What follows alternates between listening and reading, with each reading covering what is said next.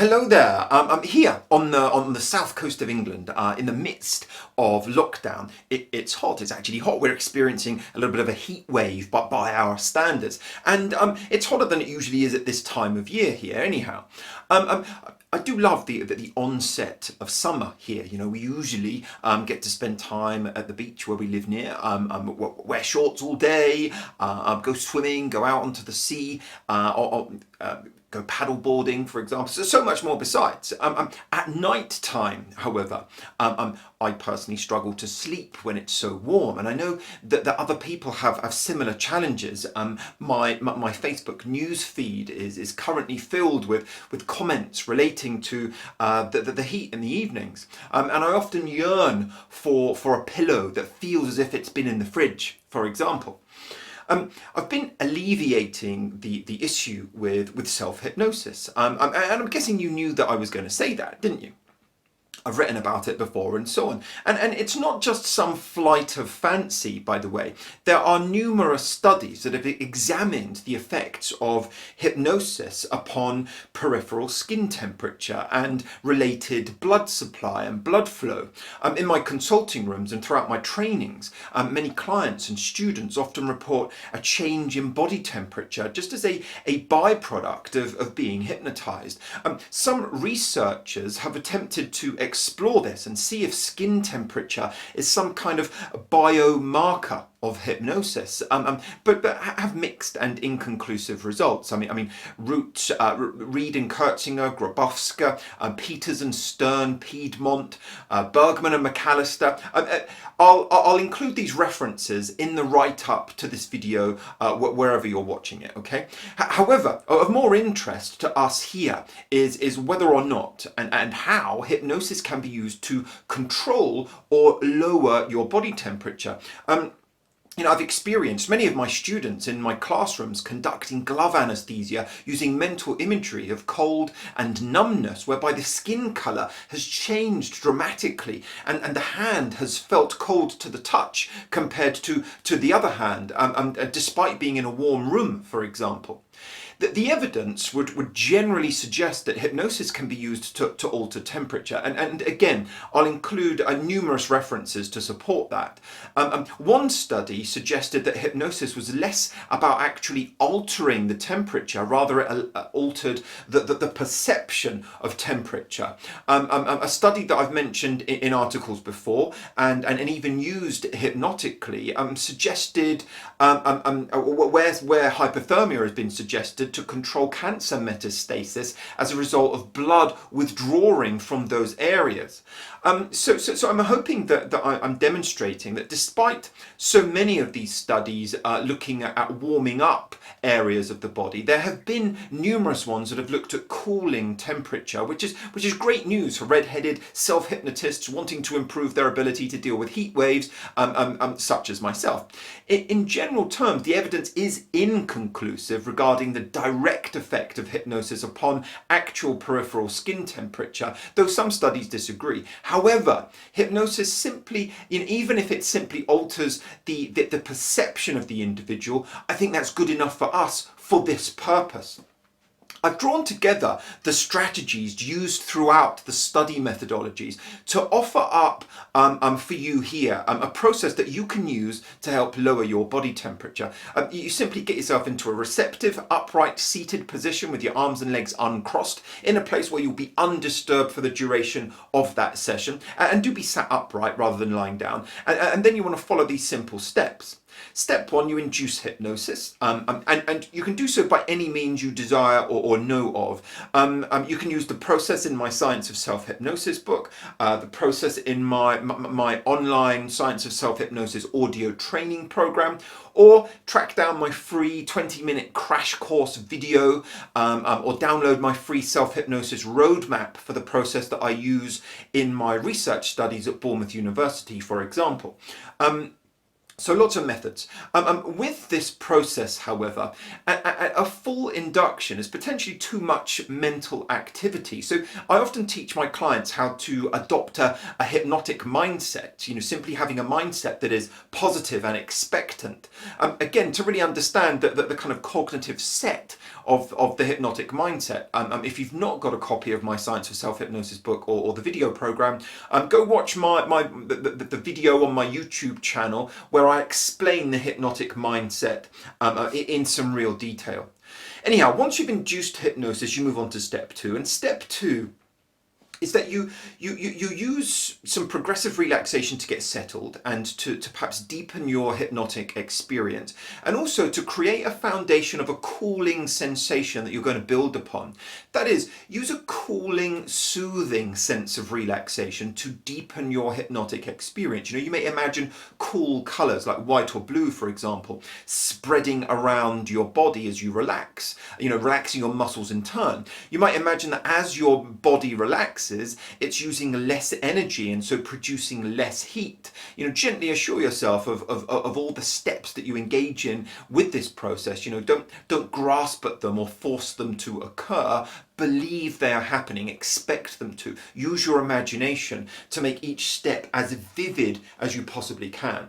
Use your internal dialogue, your self-talk in a soothing manner throughout, and suggest this kind of coolness and a soothing sense of relaxation. Words like cooler, chilled, cooling are obviously ideal. And take your time, do this diligently, thoroughly, gently, and you'll be rewarded for that patience and for not attempting to force yourself to cool down here, which I'm sure you can imagine may have the opposite effect. Once you've done this step thoroughly, then you move on to the next one. Just before that next step, I just want to make an important point here. As I'll say again at the end, not all of this imagery may be right for you. Not all of these approaches may be right for you. You can choose and pick which of steps 3, 4, 5, 6, 7 that you actually do. I personally use all of them. The more sources that I can draw upon to aid my cooling sensation seems to suit me better. However, some of the imagery, some of the strategies may not appeal to you, or may not be the kind of imagery that you enjoy. Therefore, use whatever you think is best for you. Do each of these steps in a thorough, diligent manner. Take enough time and be patient to generate the effect required. Throughout any of the steps that you follow, you might like to accompany each step with the idea of a mental thermostat. And with each step you take, the thermostat shows your temperature gradually being reduced, perhaps your core temperature. So the third step is that you imagine you have a medical drip attached that is helping to cool your blood. It's cooling and spreading around your body. You might imagine accompanying colours and sensations that spread through the body.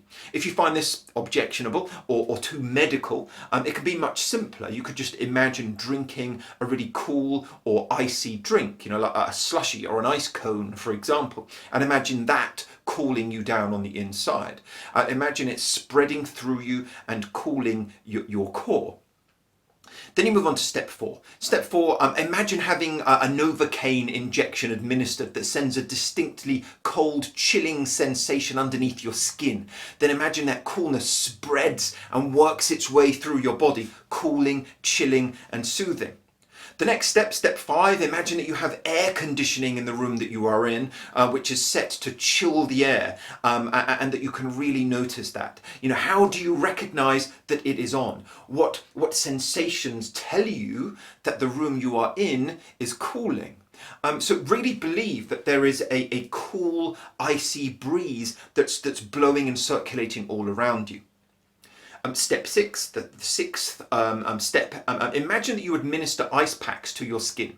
Pick areas that are key or that you believe will affect the rest of your body the most. I imagine them on my forehead, in the centre of my chest, around my ankles, for example. And then step 7, now you either step in or jump into an imaginary icy cold plunge pool, an ice bath, or that you step under a freezing cold shower.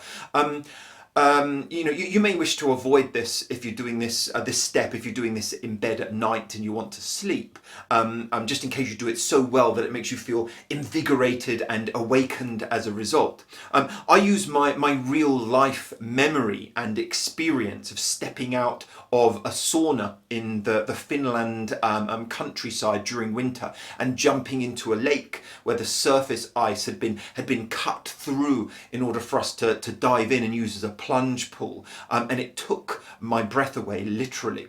And that experience that we draw upon, really useful for me.